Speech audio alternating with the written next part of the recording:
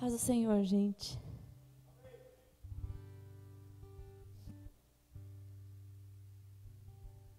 Tô nervosa.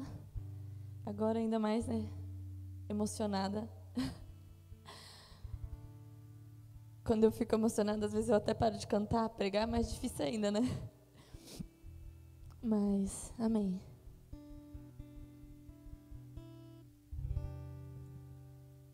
Ontem, vou contar pra vocês o que aconteceu essa semana, né?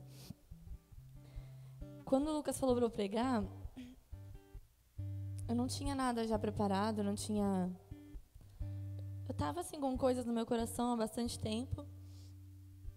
E eu já sabia que eu ia falar sobre isso em algum momento. Mas eu não tinha uma palavra nem nada. Eu tinha um assunto, mas eu não tinha onde me basear. Então, eu orei e Deus me deu... Quem estava aqui ontem, preste atenção. Deus me deu Esther 4. Alguém entendeu? É a mesma coisa que a Bruna pregou ontem. É o mesmo capítulo, muita coisa parecida. E quando eu vi que a Bru postou lá um spoiler, eu falei, oh no. Sabe, tipo aquele meme? Oh no, no, no. Eu fiquei tipo, meu Deus, a gente vai falar a mesma coisa, e agora? Só que depois eu pensei bem e eu falei, uma Bíblia desse tamanho, e a gente vai falar a mesma coisa, não é coincidência, né? Deus direcionou, então eu falei, amém. Falei, olha, aí eu falei pra Bruna, meu Deus, a gente tá no mesmo espírito. Então eu creio que desde ontem o Senhor já estava preparando e a gente não se comunicou, Deus falou ao coração de cada uma. E, foi muito legal, porque a gente falou, o Espírito é o mesmo e Ele quer que a gente fale isso, e é isso aí. Então, abram suas Bíblias no livro de Esther. Mas, de qualquer forma, a história é comprida. Não precisa pôr ainda, Gabriel, porque eu... É o Gabriel ou o Ângelo? Porque eu vou contar. Porque tem algumas pessoas que não estavam ontem, então eu vou contar a história. No tempo de Esther, reinava o rei Xerxes, em 7 províncias, desde a Índia até a Etiópia. Certo dia, o rei se sentiu afrontado pela rainha dele, a rainha Vasti. Ela não quis comparecer diante dos amigos do rei. E isso, naquela época, era uma afronta muito grave ao rei. Por isso o rei determinou que nunca mais iria ver a rainha Vasti.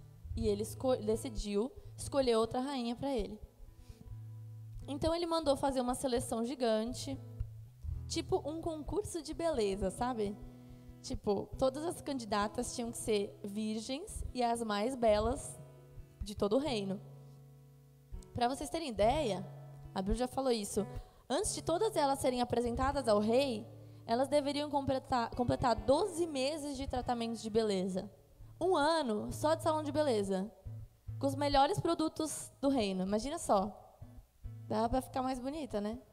1 ano só de salão de beleza. Eu ia amar.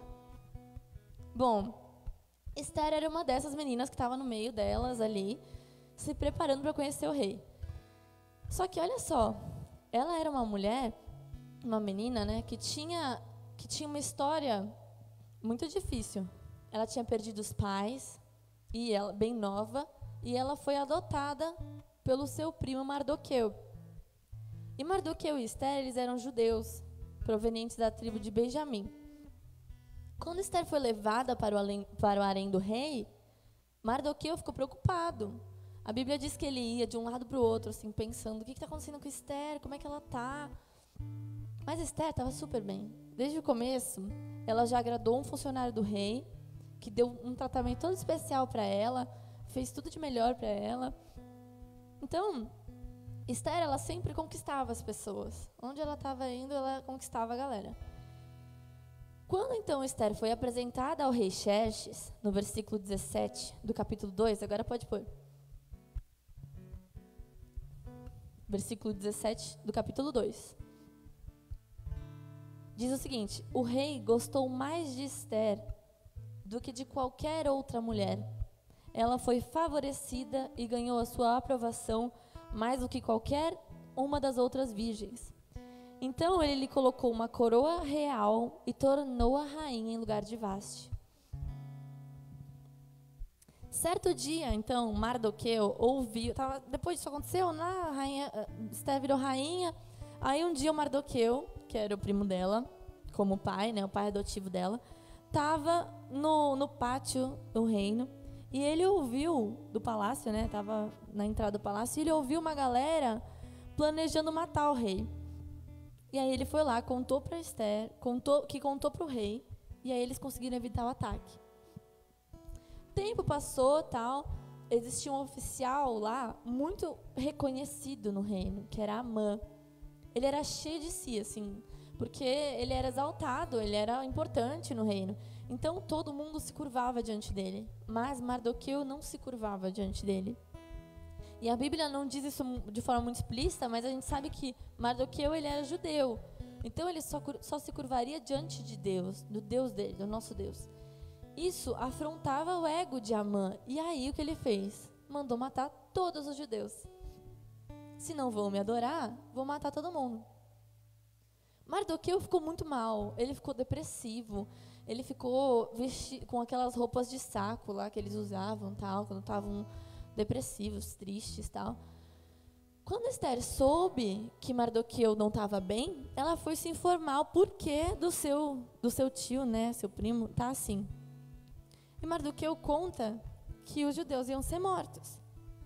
E aí ele lembrou ela uma coisa que ela já tinha esquecido, que ela também fazia parte do povo judeu.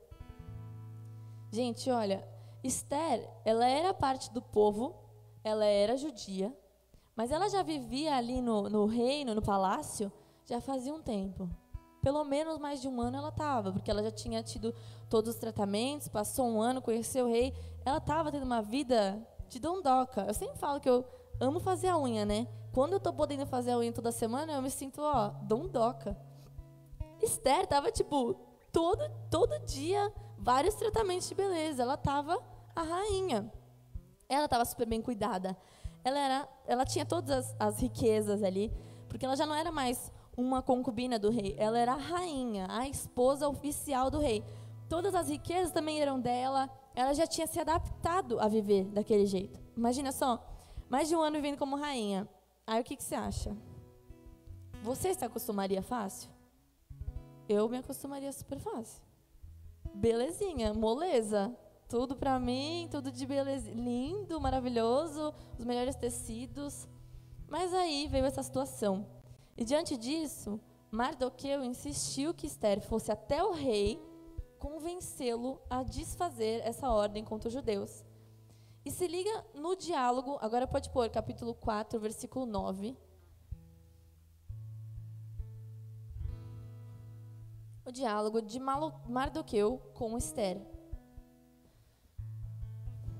Atã, que era o oficial que servia, era o oficial do rei que servia Esther, responsável por servir Esther, retornou e disse a Esther tudo o que Mardoqueu lhe havia dito. Então ela o instruiu que dissesse o seguinte a Mardoqueu: todos os oficiais do rei e as províncias do império sabem que existe somente uma lei para qualquer homem e mulher que se aproxime do rei no pátio interno, sem por ele ser chamado.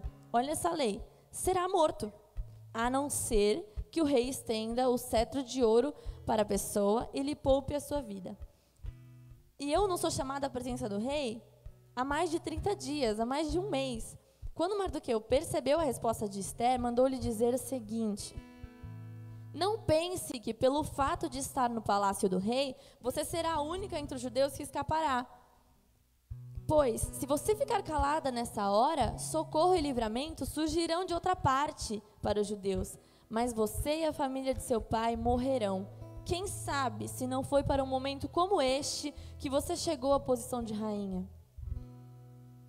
Senhor Deus, eu quero te pedir nesse momento que me dê sabedoria para falar aquilo que o Senhor deseja. Me inspira, Pai, com teu Espírito Santo, para que eu possa falar o que estiver no seu coração e não no meu. Que eu não mostre nada de mim, mas tudo que vem de ti, Senhor. Em nome de Jesus, usa a minha vida. E eu te peço, Pai, que cada coração aqui esteja aberto para entender, ouvir e entender essa mensagem conforme aquilo que cada um precisa, Senhor. Que haja frutos, Pai, em nome de Jesus. Amém. O primeiro ponto da minha mensagem é cidadãos do céu. Até achei que podia ser o nome da mensagem. Esther, ela já estava muito acostumada a viver ali, tão acostumada a ser parte da realeza, que por um breve momento ela se esqueceu de quem ela era. Ela precisou que o tio dela lembrasse ela, falasse: Esther, você também faz parte desse povo, se liga. E a gente vê muita gente assim. A pessoa sobe de status, esquece de onde ela veio. Ou ela muda de país e quer ficar cada vez mais parecida com as culturas daquele país. Mas assim, é difícil o contrário. Você já viu alguém que desce de nível e se esquece que estava melhor um dia? Difícil, né? A pessoa lembra da vida dela, da casa dela, da comida dela, da família dela. Mas a gente não é essa pessoa que veio de algo ruim, de algo ruim para algo melhor. A gente não é como Esther, assim, que veio de uma vida simples para uma vida de escravos e se tornou rainha. A gente pode até ser na nossa vida aqui, terrena, mas na realidade nós somos feitos realeza, porque nós somos feitos filhos de Deus por adoção. Você entende o tamanho disso? Nós somos filhos do único rei que vai permanecer, que é rei sobre qualquer país, qualquer lugar, qualquer mundo, qualquer coisa. Deus é o rei de tudo e a gente é feito filho dele. Então, nós somos co-herdeiros com Jesus. Não pense que você nasceu filho de Deus. Isso é importante falar. Muita gente fala, todo mundo é filho de Deus. Já ouviu isso alguém falar, né? Ah, esse filho de Deus não é filho de Deus. Porque ninguém era filho de Deus até chegar Jesus. Jesus, por meio do sacrifício de Jesus, nós somos adotados por Deus. A Bru falou bastante isso com as meninas hoje, que Deus, ele escolheu nos adotar por meio de Jesus. Nós nascemos sendo criaturas de Deus. Deus fez todo mundo, mas só são filhos de Deus aqueles que receberam a Cristo Jesus como seu Salvador, então foram feitos filhos de Deus e co-herdeiros com Cristo. Nós somos herdeiros de coisas celestiais. Só que mesmo assim, você percebe que às vezes a gente fica tão acostumado com a nossa vida aqui, que a gente acaba se sentindo mais pertencente a este mundo, a gente acaba se sentindo mais daqui do que de lá. Porque a nossa mente, ela está aqui, a gente está vivendo as coisas daqui. E a gente esquece que a nossa real cidadania tem que ser do céu. Porque nós somos feitos filhos de Deus. E eu lembrei de uma historinha que não sei se todo mundo vai conhecer, mas é a história da princesa e da ervilha. As minhas irmãs conhecem, com certeza. Alguém conhece? Conhece? É uma historinha assim, gente. É um príncipe que procurava uma princesa verdadeira. Ele percorre o mundo todo, mas não encontra nenhuma que lhe interesse. E assim ele volta para casa. Numa certa noite de tempestade, bateu à porta uma princesa por quem o príncipe se apaixonou. A rainha, para saber se ela era uma princesa verdadeira, fez um teste. Olha esse teste. Colocou uma ervilha por baixo de 20 colchões e 20 cobertas, onde a princesa iria dormir. Então, ela montou uma cama gigante para a princesa e colocou uma ervilha lá embaixo. No dia seguinte, a rainha perguntou se a princesa tinha dormido bem. E ela respondeu que tinha dormido terrivelmente mal, que estava cheia de dor nas costas. E aí, eles descobriram que ela era uma princesa e eles se casaram. Por quê? Porque onde ela vinha não tinha ervilha. Era tudo perfeito, não tinha nada para incomodar ela. Ela era uma princesa de verdade. Isso é uma história boba, né? Ninguém sentiria a ervilha. Mas o que eu quero dizer é que nós temos que nos lembrar de quem nós somos. Somos filhos de Deus. E se somos filhos de Deus, o pecado deve nos incomodar. O pecado que parecer menor para você já deve te incomodar, como essa ervilha incomodou a princesa. Porque de onde ela vinha, não havia ervilha embaixo do colchão. E de onde nós viemos e para onde vamos, quem nós somos em Cristo, não tem ervilha no colchão, não tem pecadinho perto de Deus. Quando nós sabemos que somos filhos de Deus, sabemos também que a natureza de Deus é totalmente contrária ao pecado. E por isso, se a presença de Deus habita em nós, todo pecado tem que nos incomodar. Você já percebeu que às vezes a gente se acostuma com alguns pecados ou com algumas coisas que a gente começa a achar que não tem nada a ver, tipo, a gente se acostuma com coisas que não combinam com Deus. Mesmo você sabendo que tem uma ervilha debaixo do colchão, você vai fingindo que esqueceu da ervilha. Você vai ignorando a ervilha. Você vai ignorando uma mentirinha, uma fofoquinha. Você vai ignorando uma palavra ruim a respeito do seu irmão. Aí você começa a ignorar os conteúdos de coisas do Netflix que você assiste. Ou nem do Netflix, sei lá, de outros lugares. Você começa a achar que filme de terror é bobagem. Não é nada a ver. Porque filme de terror é legal, é engraçadinho. O diabo não tem graça, não. Você começa a achar que filme pornô não tem nada demais. Vai começando a ficar normal na sua mente, porque você vai se acostumando com os pecados, com as ervilhas. Você se acostuma a ouvir coisas que você não deve ouvir, que você sabe que não é legal. Você se acostuma a andar com pessoas que você sabe que não são boas para você. Ou até você começa a beber assim um pouquinho, tal. Aí você começa a beber todo dia, ou começa a beber toda ocasião, tem que ter bebida, porque senão você vai ficar chateado. Tem que ter bebida.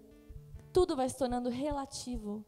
Você vai colocando tudo, vai virando recorrente na sua vida. Alguém já passou por isso?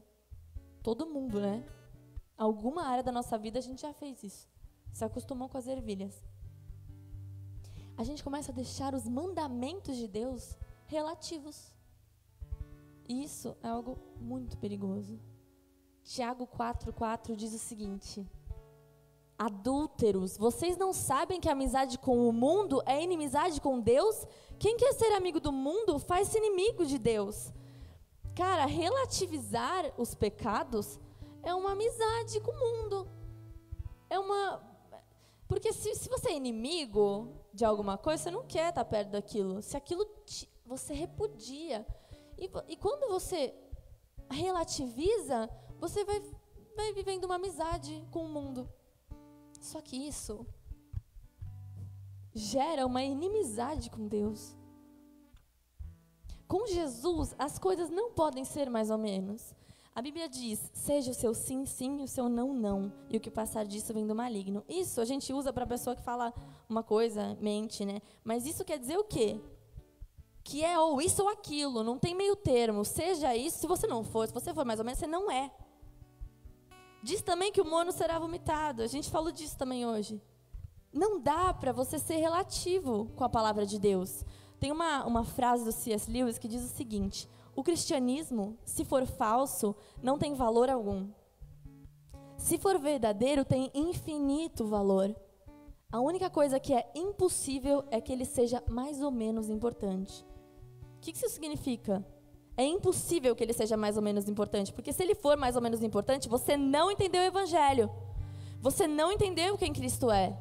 Cristo não pode ser mais ou menos importante. Se ele for, ele não é nada para você.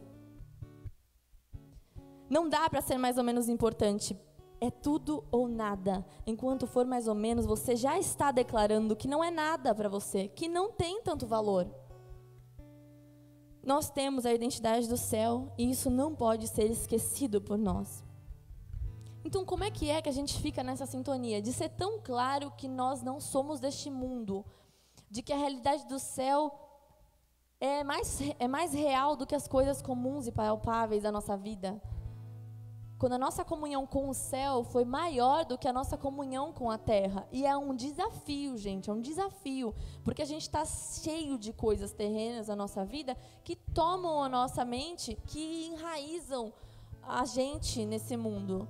Por isso a nossa comunhão com o céu deve ser constante, de constante intensidade. A gente tem falado, né? Intensivão. Por quê? Por que ser intenso com Deus? Porque ou é isso ou não é nada, cara. Se você não tiver intensidade com o Senhor, você não tem nada com Deus. Porque Jesus, ele é intenso, ele deu a vida dele, sabe? Deus, ele deu o filho dele. E a gente, enquanto você não for intenso com Jesus, enquanto você não for intenso com Deus, você não tem vida com Deus, você não entendeu o Evangelho. Nós só conseguimos viver como cidadãos do céu quando a nossa busca pelo céu for tão intensa que se sobressaia a nossa busca por dinheiro. Quando a nossa busca pelas coisas de Deus for maior do que o nosso anseio por coisas materiais, por sucesso, por fama, por, sei lá, qualquer coisa. Quando a nossa mente estiver tão cheia das coisas do alto, que as coisas deste mundo se tornam pequenas. E olha, isso é real, porque muita gente já passou por isso aqui. Eu já passei, gente, de muitas vezes, assim, no meu trabalho, de ficar tão focada naquilo que eu esqueço, sabe? Ou, sei lá, em situações da vida, com pessoas. A gente fica tão focado naquilo que a gente esquece que isso aqui não é nada, vai acabar. E o nosso coração, nossa mente tem que estar mais nas coisas de Deus do que nas coisas desse mundo. E quando a gente está realmente jogado ali em Jesus, derramado em Jesus, é natural que tudo se torne pequeno. E não quer dizer que você vai fazer pela metade, você vai menosprezar. Não, você vai se dedicar mais. Por quê? Porque você vai se dedicar de uma forma diferente. Não colocando toda a sua esperança naquilo. Você vai colocar a sua esperança em Deus. E aí, quando você está em Deus, você fala, nossa, tudo isso aqui não era bobagem. Eu estava tão preocupada. Eu lembro do dia que eu fiz a OAB. Cara, eu estava muito preocupada. Eu estava muito preocupada, nervosa, né? Porque é uma prova tensa. E eu achava que a minha vida dependia daquilo. E não tem nada a ver, hoje eu nem advogo mais. Mas eu achei que a minha vida dependia daquilo. Tipo, era muito forte na minha cabeça. Aí eu cheguei lá na prova, e eu lembro que estava eu e o Lucas, né? E eu olhei para ele, eu pensei assim, nossa, eu vou casar com ele, a gente está tão feliz, sabe?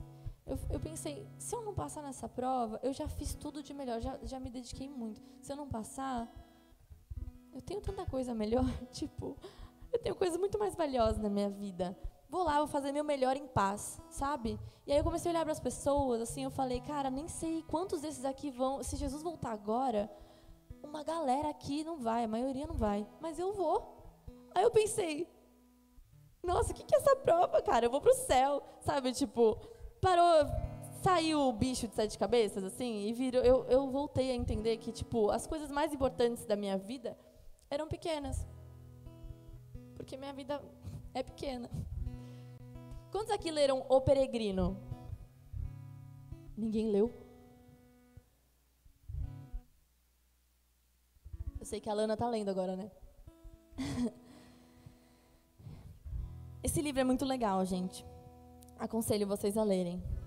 Muitos dizem que ele é o segundo livro mais vendido do mundo, né? Não tenho certeza dessa informação, mas eu acho que é. Pelo que eu olhei, o primeiro é a Bíblia, o segundo é O Peregrino. Neste livro, a gente tem uma história de um homem que se chama Cristão. E aí ele conhece outro homem que se chama Evangelista. O Evangelista mostra um livrinho muito especial para ele, falando para ele que a cidade dele vai ser destruída e que tem um lugar especial esperando por ele, onde não há choro nem tristeza, as ruas são de ouro, o lugar é cheio de luz, tem um rei maravilhoso. Então, o cristão pergunta para o evangelista como ele faz para chegar até lá. E o evangelista aponta para ele um lugar cheio de luz. Ele fala assim, ó, naquele portão ali, bem longe, naquele portão, pode seguir que você chega lá. Aí ele, não estou vendo o portão. Ele falou, tá vendo um monte de luz? É ali. Aí ele, tá bom, tá. É isso mesmo, né, gente? Seguindo para a luz. E ele começa a ir até lá. E o livro todo é a caminhada do cristão até a cidade prometida. No meio disso, muitos se juntam ao cristão, muitos julgam ele, querem tirar ele do caminho, querem fazer ele desistir. Muitos se afastam, entram no meio do caminho, querem seguir com ele, aí qualquer coisa eles saem, sabe? Ele enfrenta várias lutas, mas um dia ele chega lá. E o que isso quer dizer? Esse livro ele é a representação da caminhada de um cristão, de qualquer cristão. A partir do momento em que sabemos para onde iremos, devemos viver para chegar lá. O cristão, ele viveu para chegar até a cidade. Essa caminhada dele é tipo uma representação da caminhada da nossa vida. Ali no meio dessa caminhada, muitos desistem. Muitos voltam à cidade da destruição, outros perdem o foco. Mas o que nós devemos é viver com os olhos focados ali no final. Ele viveu, e aí as pessoas abandonavam, falavam assim para ele, olha, isso aqui tá muito difícil, eu vou voltar para lá. E ele continuava sozinho, cara. Continuava sozinho, até que uma hora ele encontra um amigo que chama Fiel, tal, mas aí você lê o livro e vê lá. Mas, gente, é muito legal essa representação. Isso me lembra também uma frase daquela música do Leonardo Gonçalves, Sublime, que diz o seguinte: sou estrangeiro, mas compreendo que o eterno lar começa no momento em que vivo para te encontrar. Cara, isso pra mim, isso é a vida cristã. Tipo, quando você entende que pertence a Jesus, que o seu lar não é esse mundo, a maravilha é que você já pode viver isso hoje. Você já pode viver o lar eterno no momento em que você vive hoje. No momento em que você vive para encontrar Cristo. É céu na terra, é viver comunhão com Cristo onde você está. Eu sei que a gente não vê o portão, não vê a luz, mas a gente tem uma palavra que nos guia e a gente tem a presença do Espírito Santo que foi deixada para nós. E em que a gente tem empenhado a nossa força? Em que a gente tem gastado a nossa energia, nossa juventude, nosso tempo? Se você gastar com as coisas desse mundo, todo o seu esforço vai ficar aqui, vai ser em vão. E assim eu quero entrar no próximo ponto da mensagem. O segundo ponto. Quando você troca seus valores, você passa a negociar coisas inegociáveis. Eu falei um pouco disso agora há pouco, mas quero te explicar melhor. O que é negociar? Um conceito básico de negociação consiste no processo de troca de duas ou mais partes que procuram chegar a um acordo mutuamente satisfatório. Então, basicamente, você entrega algo em troca de alguma outra coisa que a pessoa te oferece, certo? Então, eu vou falar para vocês alguns negócios que eu quero ver o que vocês acham, se é bom ou se é ruim, tá? Você acha que é um bom negócio trocar o seu apartamento com 2 suítes por um menor em um lugar bem longe? Compensa? Não, obviamente, né? Trocar o seu apartamento com 2 suítes por um maior e com varanda gourmet, compensa? Numa troca? Nossa, compensa muito. Trocar esse apartamento aí lindão que você trocou, que você recebeu, com varanda gourmet, por um carro, ok, assim, compensa? Lembra aquela brincadeira que a pessoa não via e tinha que falar se troca ou não troca?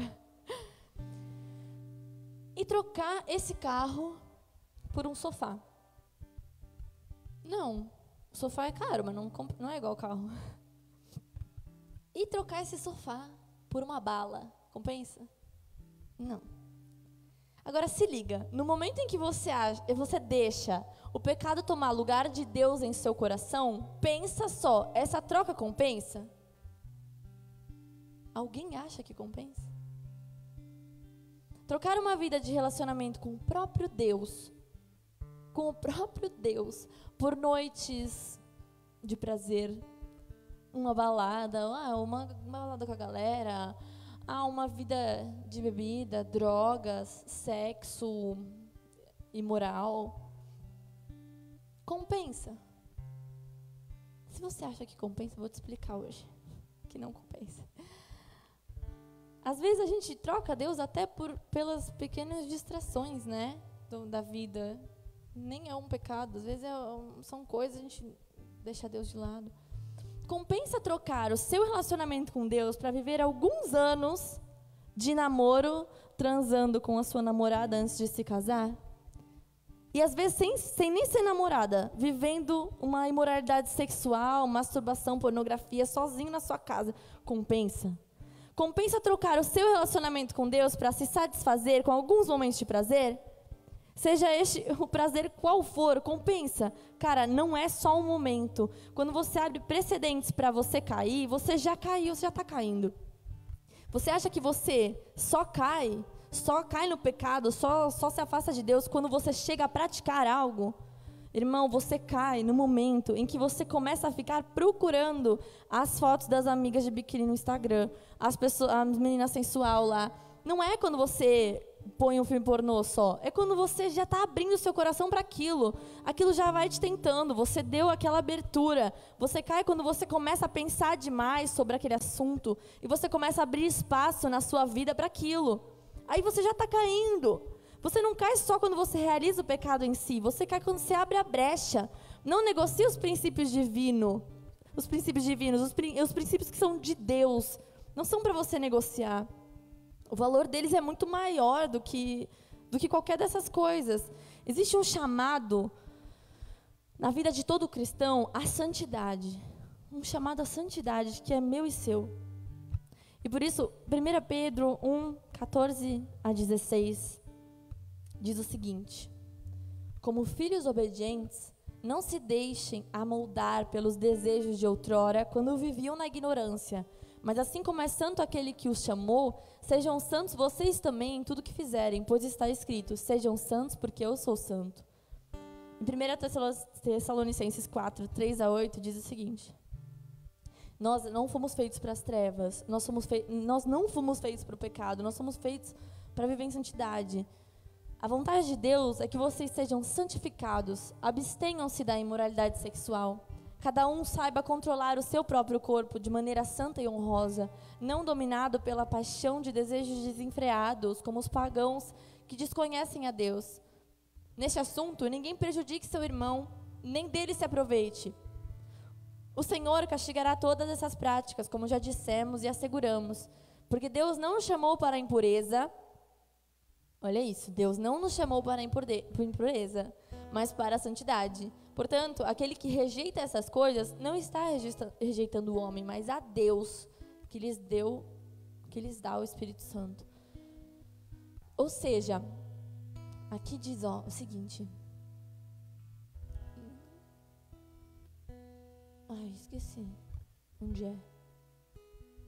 Bom, mas aqui diz o seguinte, que você que leva o seu irmão a pecar, também está pecando. Você também vai prestar contas disso. A irmã que posta as fotos lá no Instagram sensuais, ou em qualquer outro lugar, ou manda para o amigo, ainda pior ainda, né? Manda ou põe a foto sensual. E sensual entenda de várias formas, não é só a foto de biquíni, é a foto sensual, cara. Muitas coisas são sensuais. Você que faz isso, também está em pecado. Eu lembro de um momento, quando eu tinha me convertido, que eu passei por uma situação em que eu não lembro exatamente o que eu fiz, mas eu lembro que eu pensei assim do meu irmão, de um irmãozinho lá. Não era irmão, era um cara qualquer. O problema é dele, ele que está em pecado. E eu sabia que eu estava causando isso, sabe? E aí um amigo meu falou assim, não, se você está ajudando ele a pecar, você pecou, filha. E eu falei, realmente? Eu estou muito em pecado, cara. E é isso, porque você levar o outro a pecar, ainda deve ser ainda pior do que você pecar, porque ainda é falta de amor, é um monte de coisa. E você que está levando o seu irmão a pecar, você também vai ser cobrado. Você não pode prejudicar o seu irmão. E nem a você. Eu tinha escrito isso aqui da irmã que posta as coisas, né? Que nós, mulheres, nós somos valiosas e devemos nos valorizar. E não ouça as conversinhas que o mundo te dá para dizer que é tudo legal, tudo normal. Você que se expõe demais, entenda que o olho do homem é diferente. Você que se expõe demais, entenda que você não precisa se expor para você ser mais bonita. Sabe, se exponha para quem merece que você se exponha. Se exponha para o seu marido, que você vai se guardar, que o cara vai se guardar, que vocês vão viver uma vida linda de amor, que vai te valorizar, além do seu corpo, sabe? A outra coisa também aqui, é que o cristão, ele sabe que ele é pacificador, né?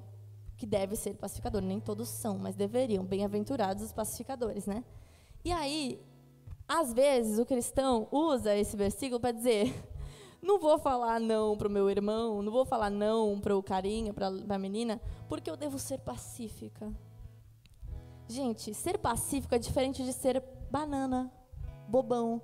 Saiba dizer não.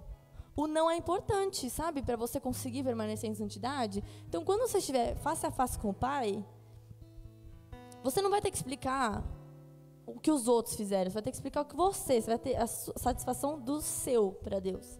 É você e Deus. Então, você tem que saber dizer não. Eu não quero, eu não vou, eu não gosto. Se a pessoa te amar, ela vai te entender.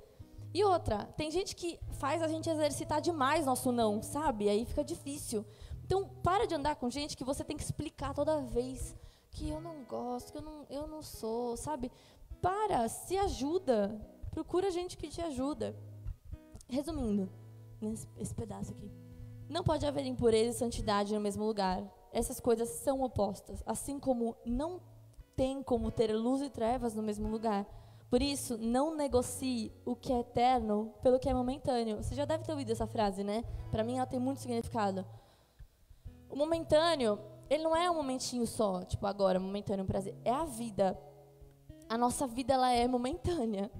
Para nós parece que não, mas ela é. Ela é um momento que vai acabar mais rápido do que a gente imagina. Porque você pode falar com qualquer pessoa idosa, vai falar, minha vida passou muito rápido. E depois disso, acabou, vem algo eterno. Você quer mesmo colocar isso em jogo? Pensa bem, seja racional. Você quer arriscar a sua salvação por momentos de prazer?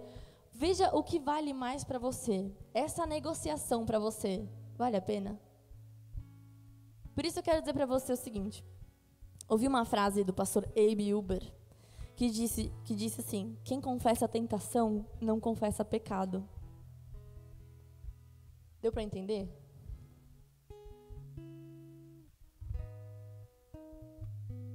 E quando você está sendo tentado, você tem uma dificuldade, você conversa a respeito dela, é muito mais fácil de você não cair. Quem confessa a tentação, não confessa pecado.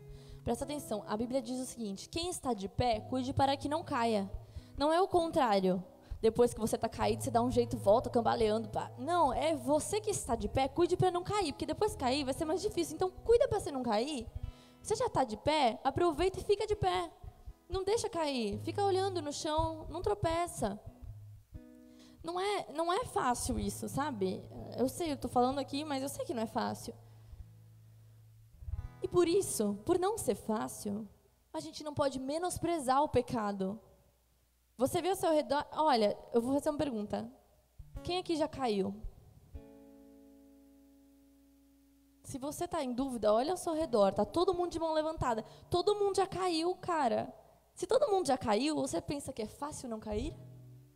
Você pensa que dá para você lidar com as dificuldades de boa? Eu sou fortão. Eu sou forte, não vou cair mais. Já superei.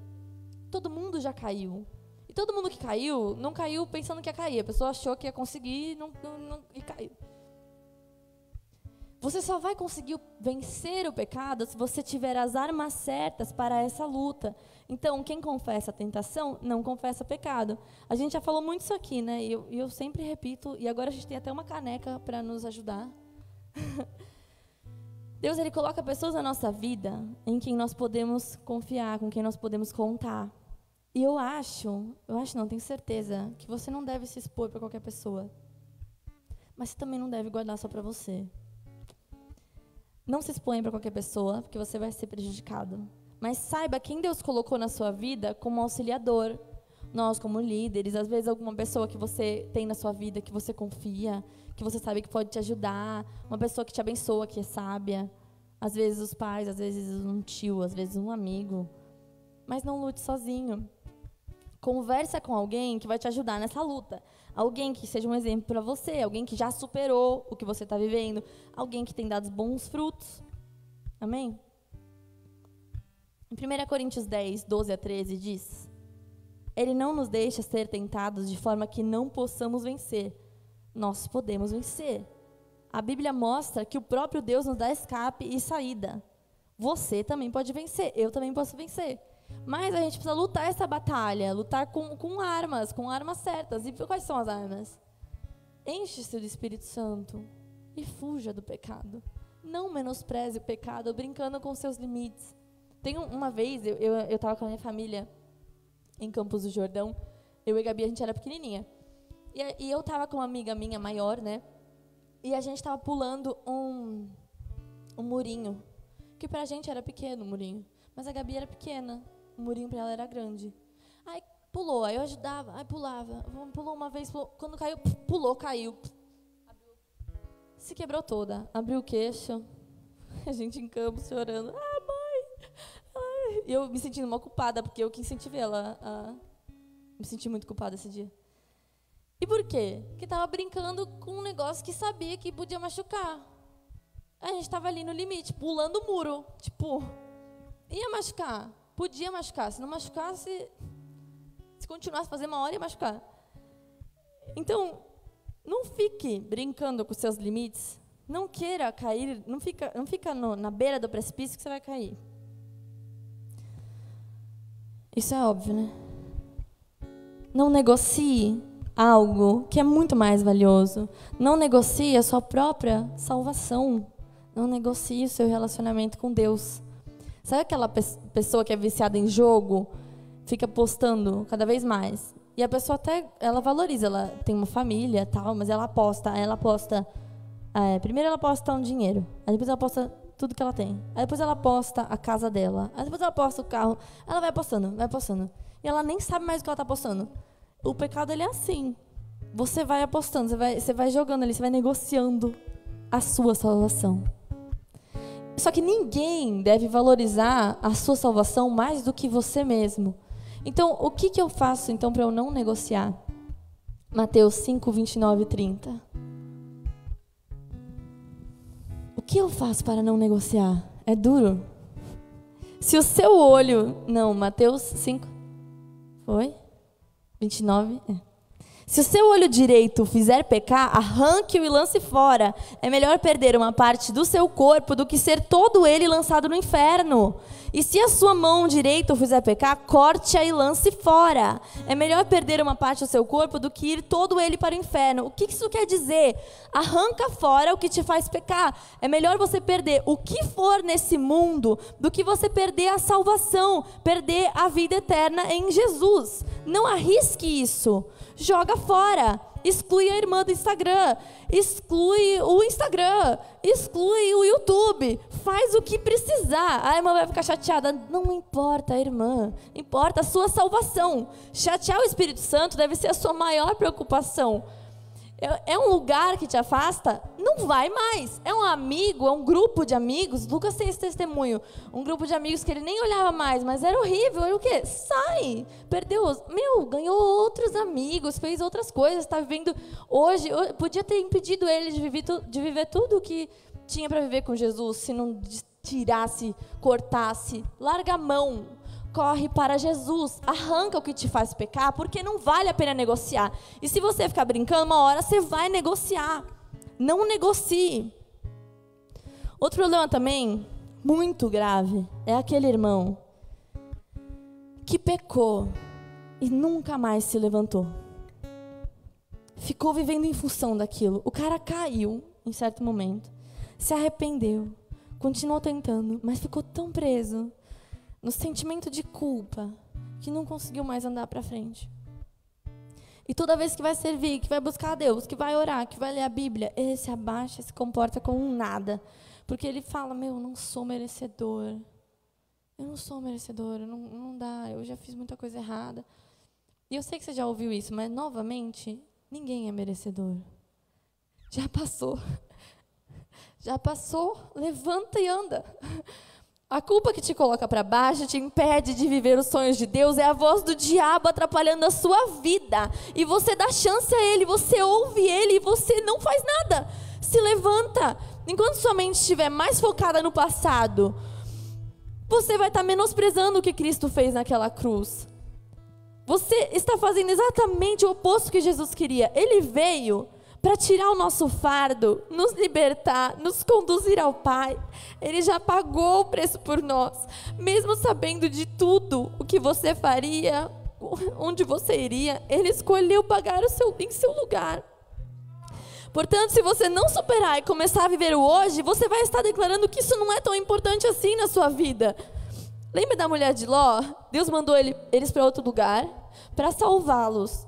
E eles já sabiam que Deus tinha falado que a cidade seria destruída e eles estavam mandando para outro lugar. Algo novo. A gente tem falado, né? Quero viver algo novo. Cara, era algo novo, um novo início, um novo ciclo. Mas a mulher de Ló, ela estava lá, o quê? Olhou para trás. O que aconteceu? Todo mundo sabe, né? Ela virou uma estátua. Ela olhou para trás e, ao fazer isso, ali mesmo ela ficou parada. Virou estátua. Ficou para sempre no mesmo lugar. Você já viu gente que fica assim?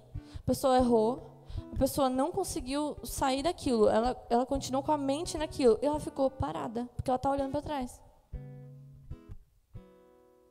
Enquanto você deixar o seu passado, os seus erros lá de trás, te impedirem de viver o seu hoje, você vai ficar parado como uma estátua. O seu futuro tem que ser mais importante do que o seu passado. O cristão que estava lá na caminhada, ele podia ter feito um monte de coisa errada, sei lá.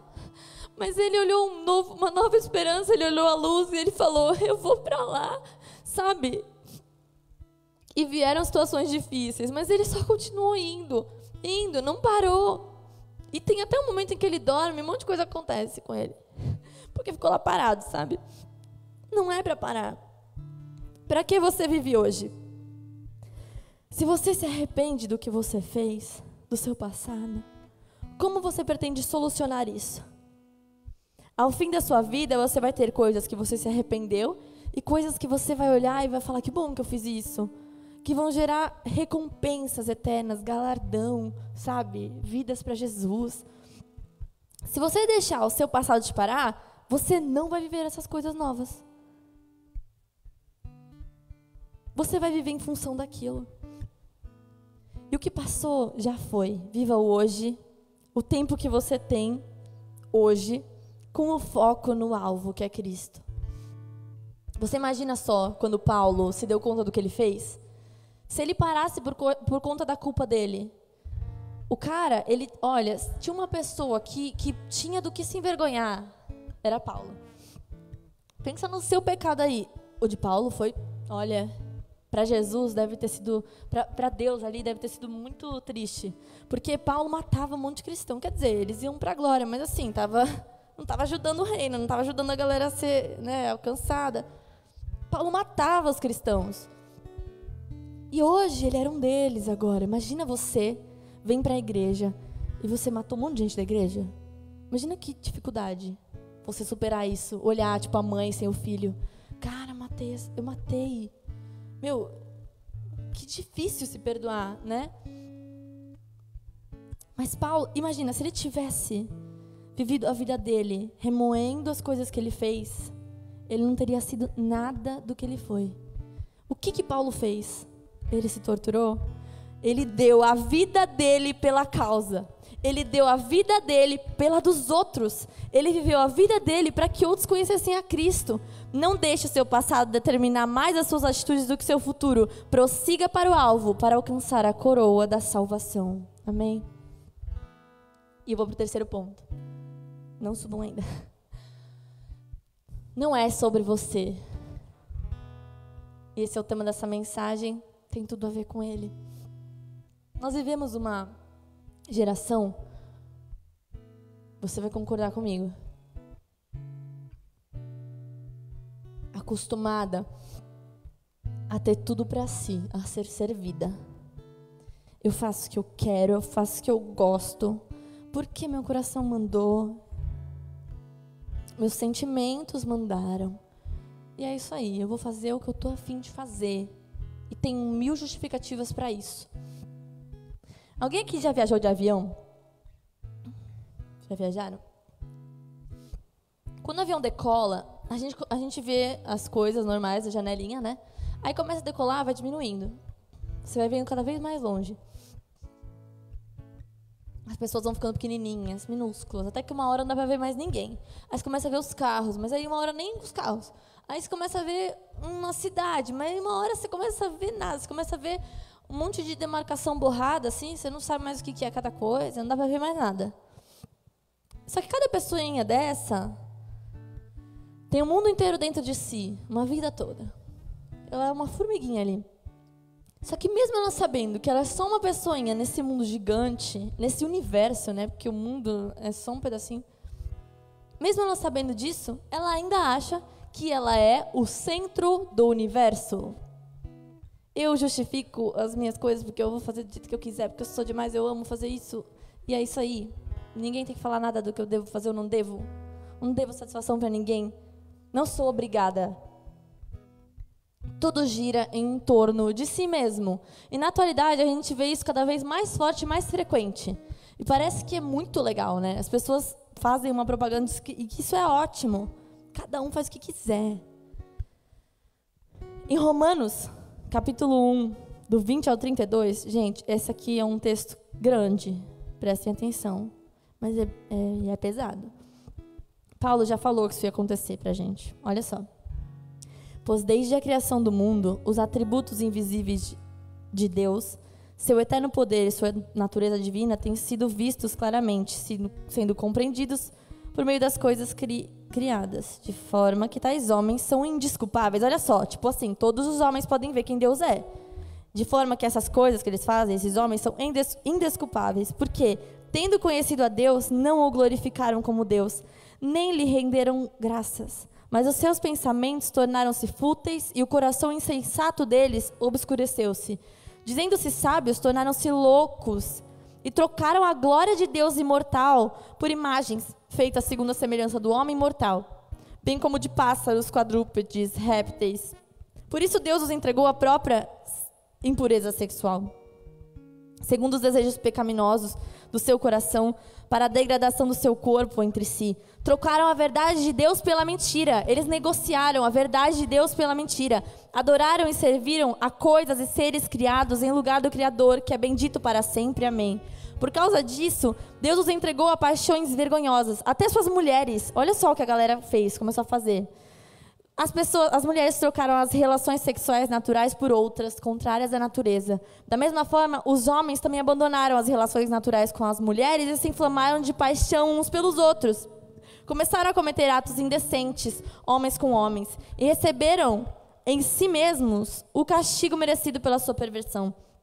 Além do mais, visto que desprezaram o conhecimento de Deus, ele os entregou a uma disposição mental reprovável para praticarem o que não deviam. Tornaram-se cheios de toda sorte de injustiça, maldade, ganância, depravação. Estão cheios de inveja, homicídio, rivalidades, engano e malícia. São bisbilhoteiros, caluniadores, inimigos de Deus, amigos do mundo, insolentes, arrogantes e presunçosos. Inventam maneiras de praticar o mal. Desobedecem aos seus pais, são insensatos, desleais, sem amor pela família, implacáveis. Embora conheçam o justo decreto de Deus, de que as pessoas que praticam tais coisas merecem a morte, não somente continuam a praticá-las, mas também aprovam aqueles que as praticam. Você conhece essa geração?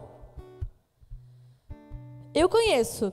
Uma geração que não está nem aí para o que é certo e o que é errado, conforme a palavra de Deus, porque mesmo sabendo, se preocupam mais em viver suas próprias paixões, em acariciar o seu ego, em viver para si mesmo. Cara, que erro! Viver para a sua carne e seus desejos vai além de algo egoísta e autocentrado. É algo completamente em vão. A única finalidade é o prazer momentâneo, prazer este que nos rouba algo eterno. Cada vez mais pessoas só olham para si, conforme aquilo que as agrada. Às vezes até conhecem a Cristo, mas se afastam porque não está fácil.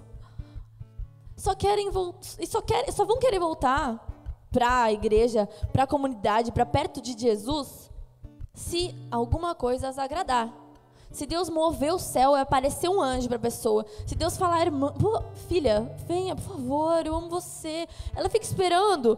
A pessoa fica esperando que tudo seja movido. Porque ela é o centro do universo. Não basta que Deus tenha dado o seu próprio filho para morrer na cruz por ela. Não basta. Ela ainda quer que Deus fique implorando para ela voltar. Só que se liga nisso. A sua história aqui nesse mundo, mesmo vivendo os seus prazeres, vai durar alguns anos. No máximo, perto de uns 100 anos, né? Deus, Ele é o próprio dono do tempo. Ele fez esse tempo aqui para nós. Mas na real, Ele é atemporal. Ele está antes, Ele está durante, Ele está agora, Ele está no fim. Tudo ao mesmo tempo. É difícil de entender, né? Ele vê tudo de uma vez, o panorama completo. Ele está lá no começo, Ele está lá no fim. Essa história ela não começou quando você nasceu, como eu nasci. Essa história ela não começou há 2000 anos atrás, quando Cristo morreu em nosso lugar, para nos dar a vida eterna. Ela começou no início de todas as coisas. Na verdade, ela não começou no princípio. Ela começou antes do princípio. Sabe? Porque Deus, ele sempre existiu e sempre existirá. A gente tem dificuldade de entender porque a nossa cabeça só conhece coisas que começam e terminam. Algo que nasceu e morreu. Deus, ele nunca nasceu e morreu. Ele só é. Simplesmente é. Ele não teve começo nem fim. Ele é. Se engana quem pensa que Jesus chegou somente naquele momento para a salvação. Ele estava lá desde o princípio. Ele sempre foi o plano de Deus para nos dar acesso a Ele.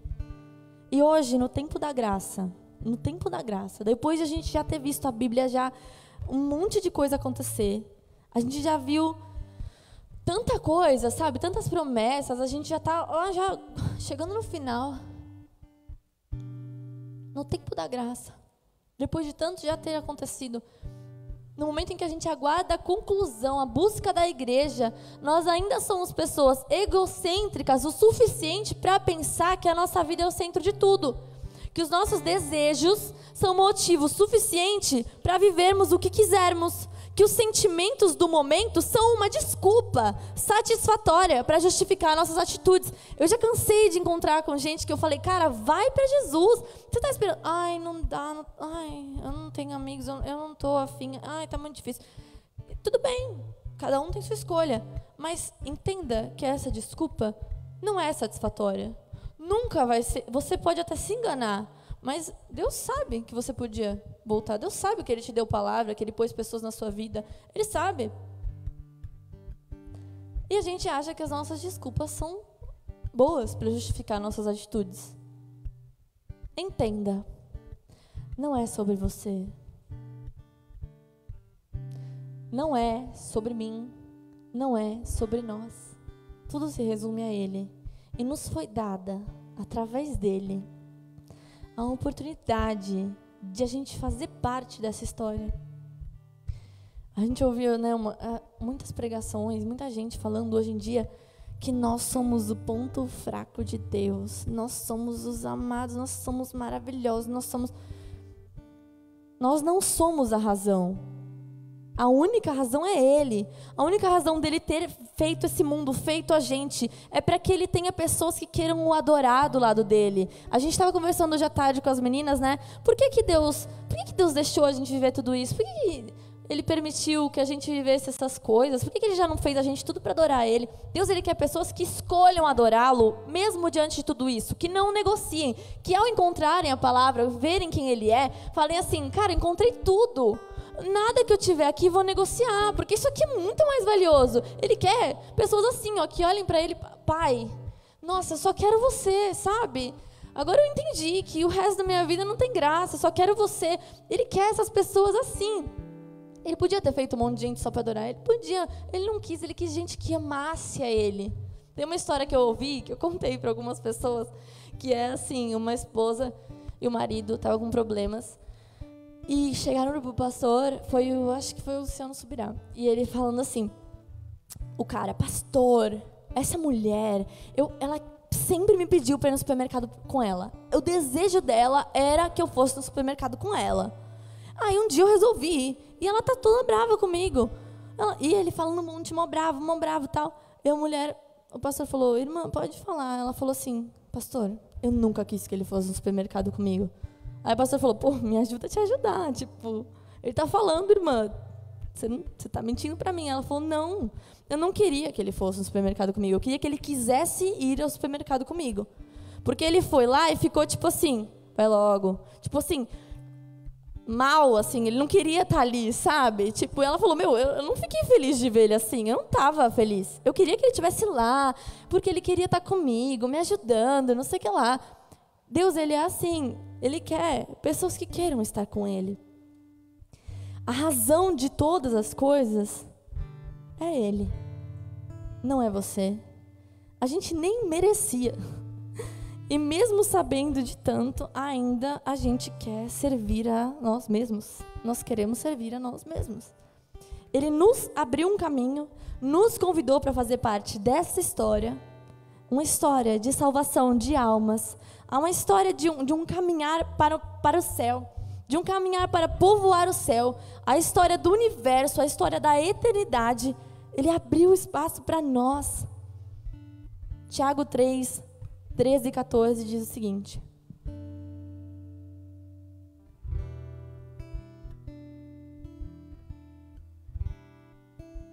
ouçam agora, vocês que dizem, hoje ou amanhã iremos para esta ou aquela cidade.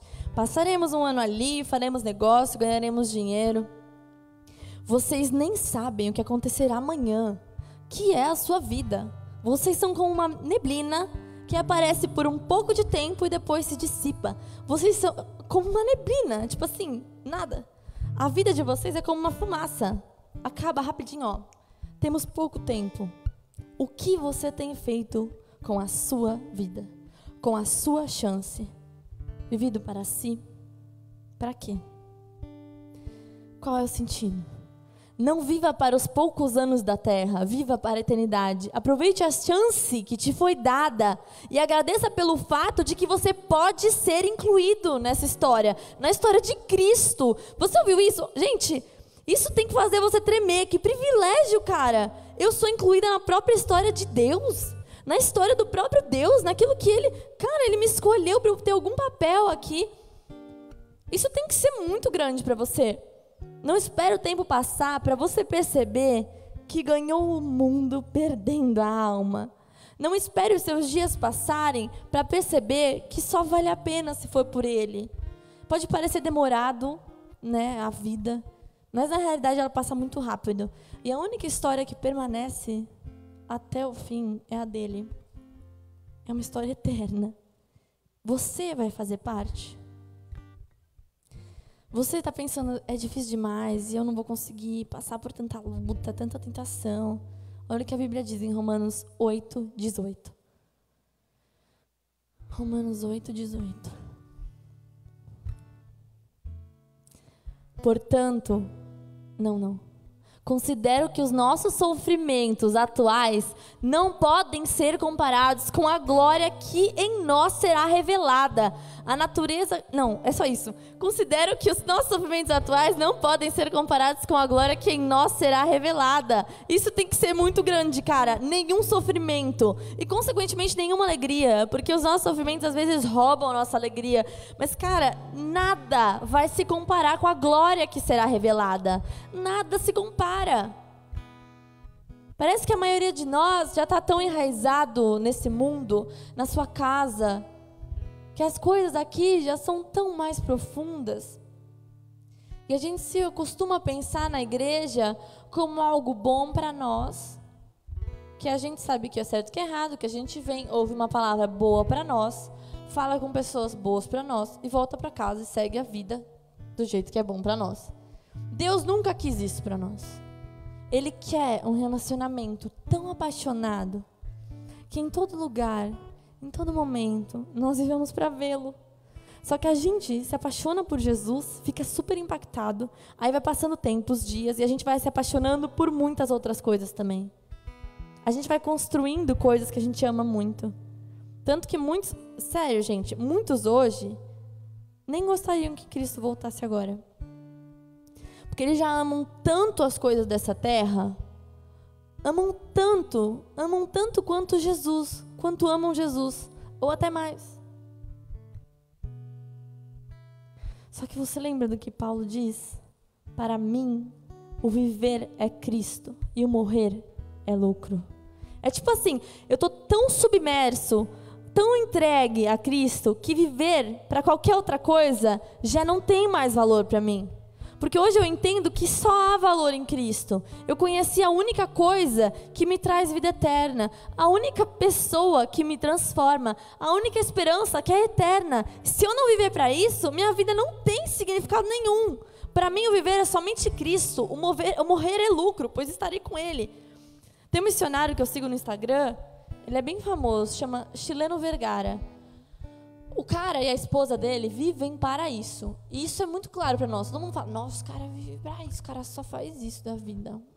E aí a gente pensa, tipo, nós deve ser mó difícil, porque ele vive nos países perseguidos, falando de Jesus e tal. E a gente pensa, olha, mas se eu estivesse no lugar dele, acho que seria muito mais fácil para eu viver só para isso. Porque eu não teria tantas distrações. Concorda comigo? E por que isso?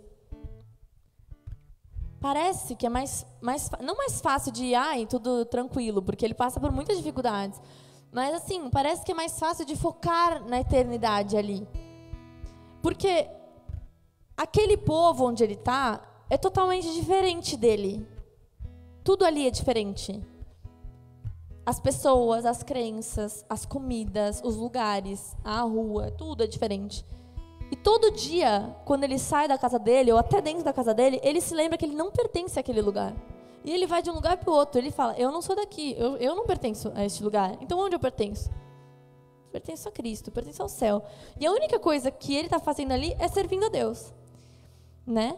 Só que a gente, nesse mundo, a gente fica tão cheio de si, a gente vive uma comunidade, tudo a ver com a gente, tudo que a gente gosta, a gente tem conforto, nossa casa, nosso banho quentinho, nossa caminha, nossos amigos. E a gente vai sentindo que a gente pertence a este lugar. Aí o nosso coração vai ficando tão cheio desse lugar, vai ficando tão enraizado, que vai se tornando nossa casa cada vez mais forte. Só que é exatamente isso que a palavra nos ensina a não fazer. O próprio Jesus fez questão de nos mostrar com a vida dele, de entrega e sacrifício, e de nos dizer com clareza, em Mateus 6, 19 e 21, o seguinte ensinamento: não acumulem para vocês tesouros na terra, onde a traça e a ferrugem destroem, e onde os ladrões arrombam e furtam. Mas acumulem para vocês tesouros nos céus, onde a traça e a ferrugem não destroem, e onde os ladrões não arrombam nem furtam, pois onde estiver o seu tesouro, aí também estará o seu coração. Não crie raízes aqui.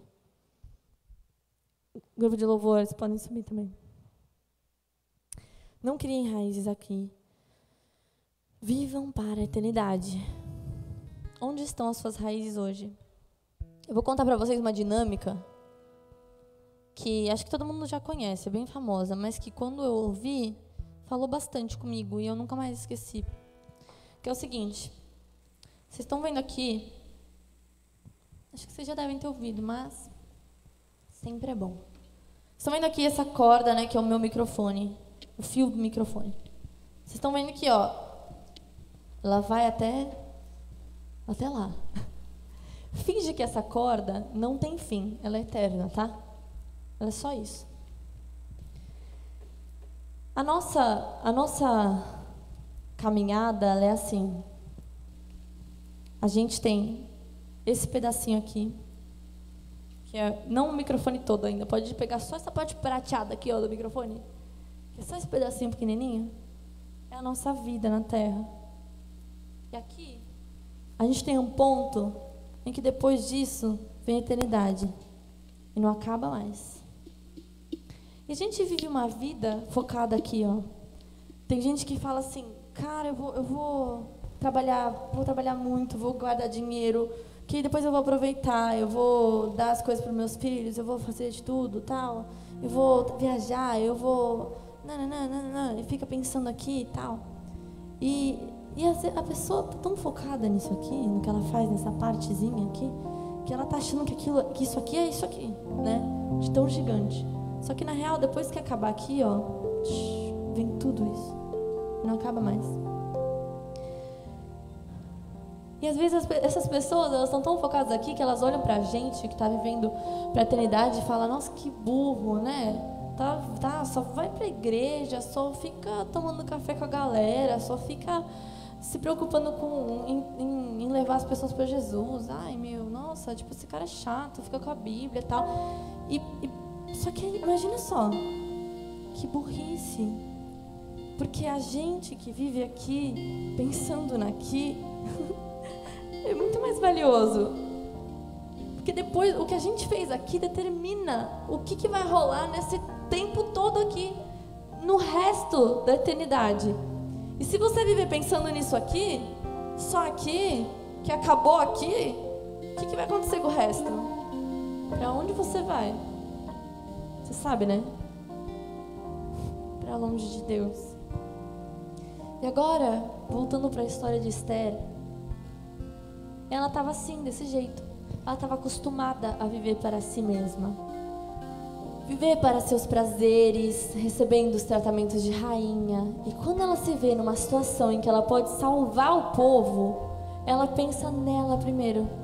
Por mais que ela soubesse que eram várias vidas dependendo dela, ela fala, mas tio, eu posso morrer se eu fizer isso.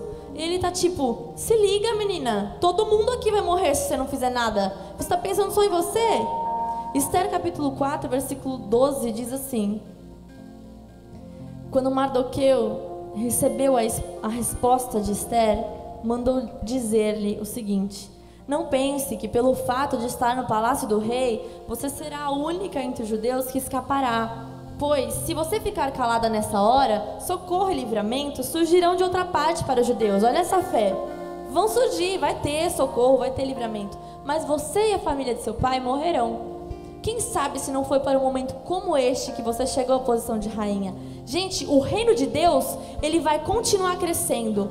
As coisas vão continuar acontecendo. Vocês vão ver aqui, ó, a galera vai se chegar, as coisas vão fluir, vidas vão ser alcançadas, pessoas vão ser transformadas, pessoas vão ser curadas, pessoas que vão conhecer Jesus, vão deixar as drogas, vão ser libertas. Só que assim, você pode fazer parte ou não. A sua história ela vai acabar, a de Cristo não vai. Você pode escolher viver para seu prazer momentâneo, sua vida passageira, ou você pode escolher fazer parte da história da salvação. Você pode escolher fazer parte da história de Cristo. É muito além de nós. Qual foi a última vez que vocês pensaram nisso? No que eu estou fazendo na minha vida? Para que eu estou fazendo isso? Para que eu estou vivendo? Esther está ali pensando no que ela vai perder. Só que o tio dela lembra ela: para que serve a sua vida? O que você vai fazer dela? Quem sabe você não está aí só para isso, meu? Para que você está aqui? Você sabe por que você está aqui?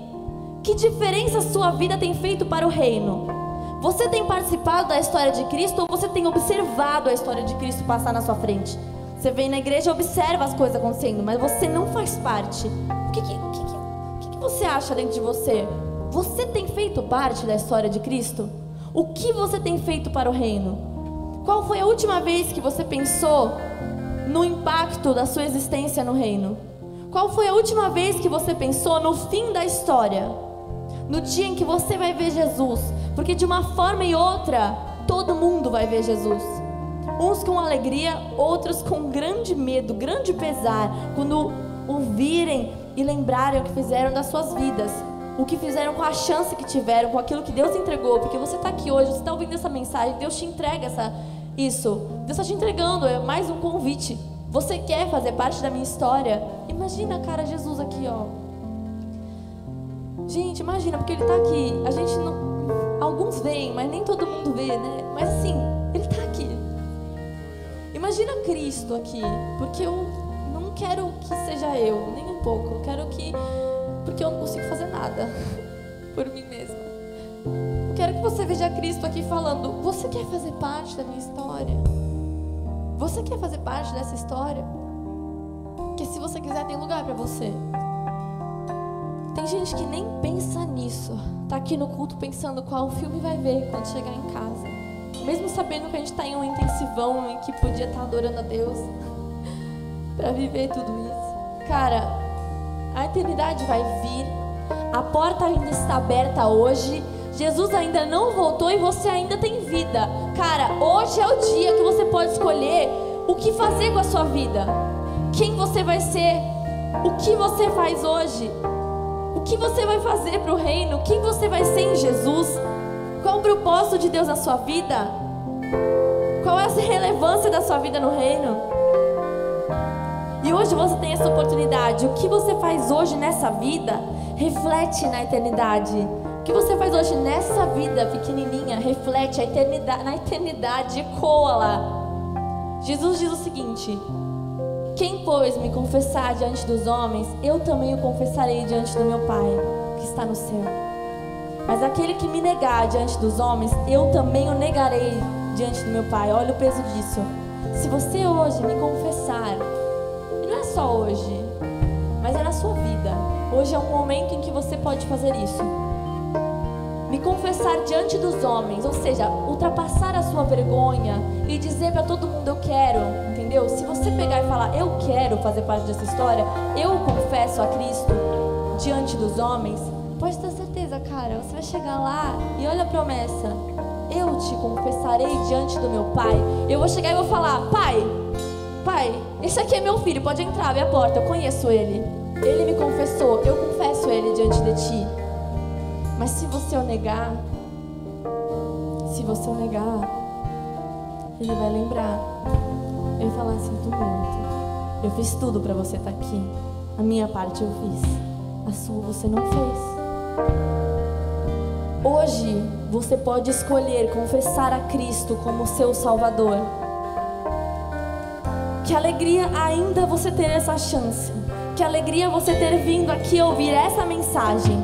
Se você hoje quer se entregar a Cristo e fazer parte dessa história muito maior do que a sua vida, ou que a minha vida, do que a sua vergonha, do que as suas coisas, do que os seus amigos vão pensar. Se você hoje quer fazer parte dessa história maior do que tudo, eu peço que você levante a sua mão para concretizar esse ato.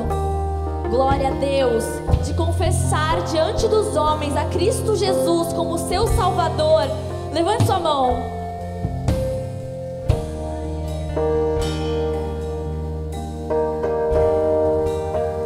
Da mesma forma, você que um dia perdeu esse sentido, você que deixou seus prazeres tomarem conta do seu coração, ou você que só esfriou essa missão dentro de você, parou de viver pela eternidade, parou de conhecer o seu propósito, parou de dar valor, de viver o seu propósito, de viver por Cristo, e hoje você quer novamente firmar esse compromisso. Não tenha vergonha. Todos nós precisamos constantemente nos lembrar de quem nós somos em Jesus, de onde viemos. Levante sua mão se você quer hoje renovar sua aliança com Deus. Se você quer novamente firmar esse compromisso, quero te convidar a se render a Cristo novamente. E você pode estar na casa de Deus para você fazer essa confissão novamente, porque constantemente a gente se esquece de quem a gente é em Jesus e a gente vive uma vida centrada em nós mesmos. Eu quero hoje dizer para você aqui, para você ficar à vontade. Se você quiser ajoelhar, se você quiser levantar, se você quiser vir até aqui à frente de forma organizada com os cuidados do Covid, se você quiser se derramar diante de Deus, fique à vontade. A gente está aqui, ó, com as luzes baixas, ninguém está olhando para ninguém. É você. Se você está no meio de uma galera aí, você quer se retirar e ficar sozinho, vai. Se você quer ter o seu momento, você e Deus, fica tranquilo, fica à vontade. Você tem liberdade hoje de dedicar a sua vida para glorificar a Deus. Porque se essa for a sua escolha, pode ter certeza que vai valer a pena. Porque quando chegar o dia, você vai se alegrar pela escolha que você fez. E você vai olhar para a sua vida e você vai dizer: que bom, Jesus, que eu te conheci, que eu te escolhi. Hoje eu posso estar contigo, face a face, do teu lado. Valeu a pena eu deixar as minhas próprias coisinhas, os meus próprios desejos, as pessoas que tinham ao meu lado, as coisas que eu queria. Valeu a pena, porque hoje eu tô aqui contigo, olhando na sua face. E Deus, que alegria! Que alegria estar nas mansões celestiais. Imagina só, a Bíblia diz que é um lugar preparado pra gente ali. Tem um lugar pra gente ali, no próprio céu, cara. A gente vai chegar lá, vai ser conhecido de Jesus, bem recebido pelo próprio Jesus. Meu Deus. Vale a pena negociar. Por mais difícil que seja, vale a pena negociar. Senhor Deus, eu sei que hoje aqui o Senhor falou com a gente, o Senhor falou comigo. Me lembrou, Pai, de olhar para Ti, que a sua presença vale mais, que a minha salvação vale mais.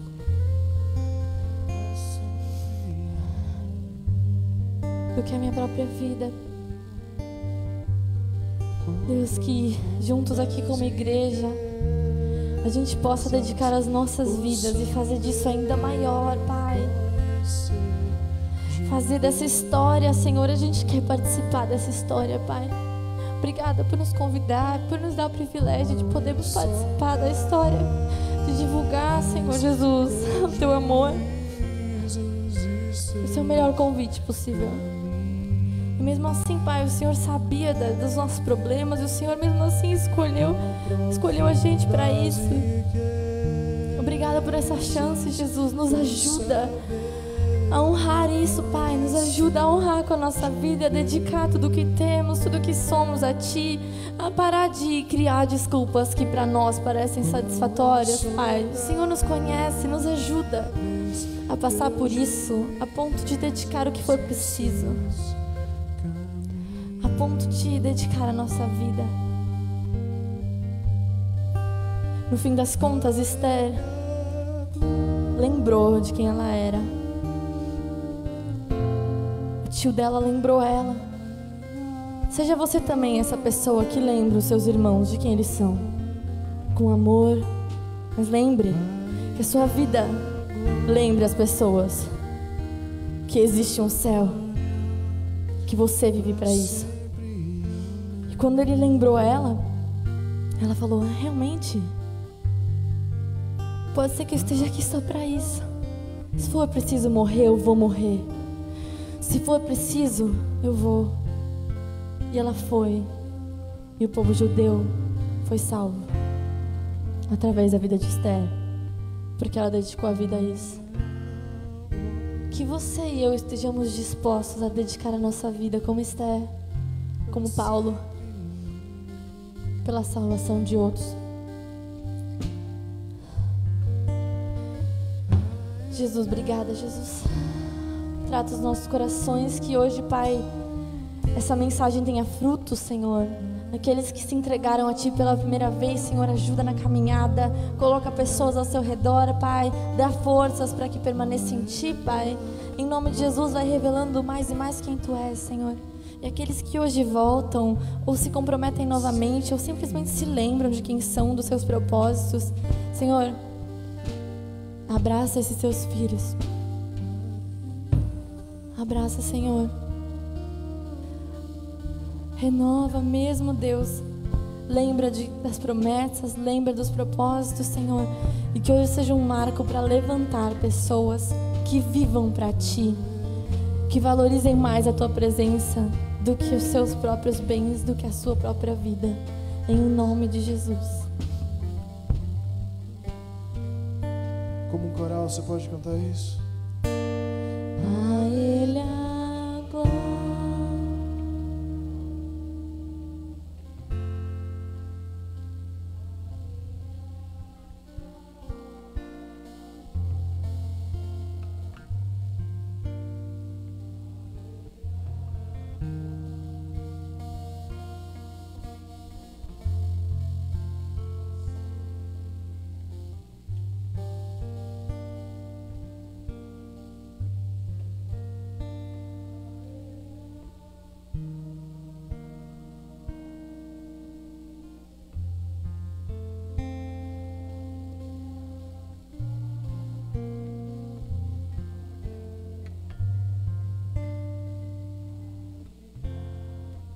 A Bíblia fala que um dia a gente vai estar lá cantando, louvando Jesus, a Deus em uma só voz. Quando você ouvir esse coral de vozes aqui da nossa igreja, muitos desses vão estar lá com você. Eu quero estar lá. Se coloque ali como se você estivesse ali. Feche os seus olhos e se imagina só na presença de Jesus, dando glória ao Pai. Pra sempre, amém.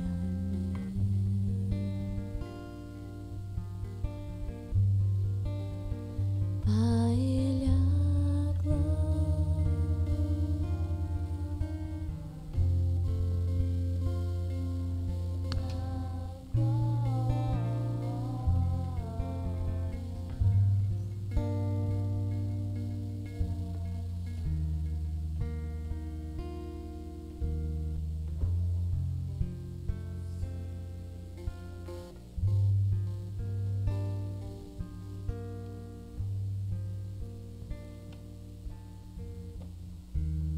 Obrigado, Jesus, por essa noite.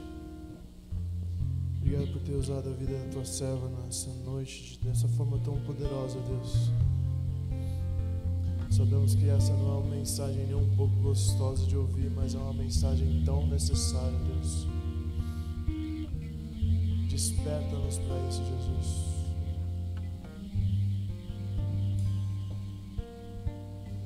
Tua palavra diz que nenhum louco errará o caminho. Pai, que nós não sejamos loucos de perder isso que nós estamos vivendo aqui.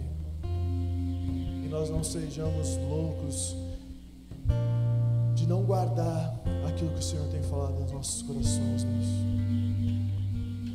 Como o próprio nome já diz, intensivão. E hoje o Senhor foi intenso, o Senhor foi lá no fundo.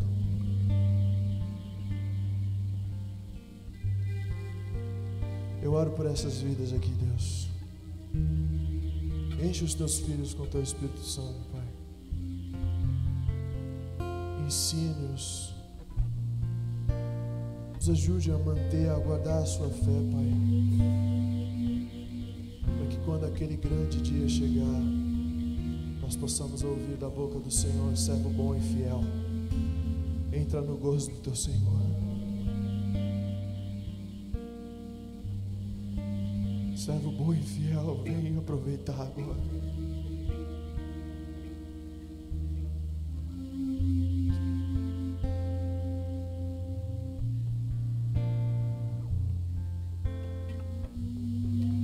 Nós queremos viver esse tempo, Jesus. Negando a nossa carne, negando o nosso eu e vivendo para Ti, Deus. Que a nossa vida seja esse louvor. A Ti a honra, a Ti a glória. Que nada e nem ninguém seja capaz de parar o chamado de cada um aqui, Deus. Nenhuma circunstância, nenhuma situação seja maior, Deus, do que aquilo que a gente ouviu aqui essa noite. E foi tão precioso, Deus. Foi tão claro.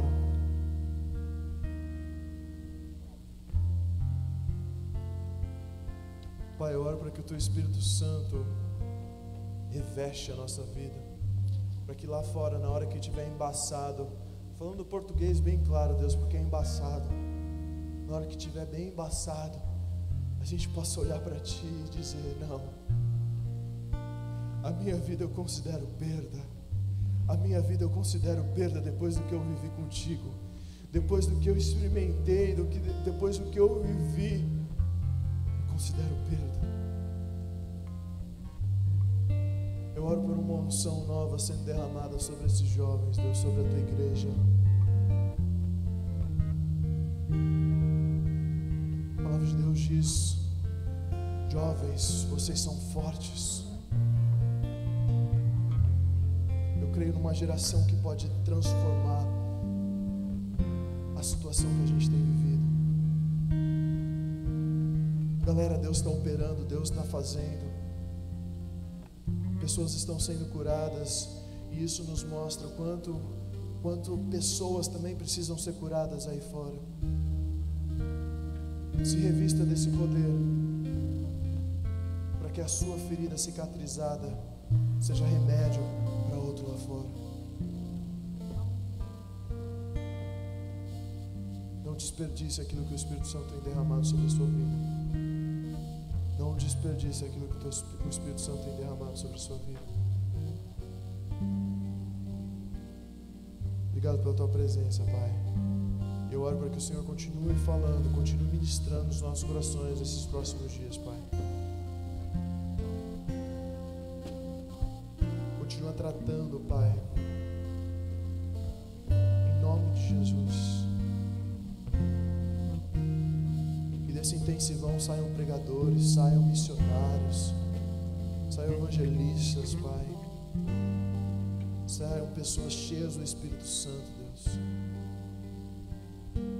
Saiam pessoas com a convicção de que elas podem sim vencer o pecado. Em nome de Jesus, Deus. Amém. Amém. Você pode aplaudir o Senhor? Glória a Deus. Glória a Deus.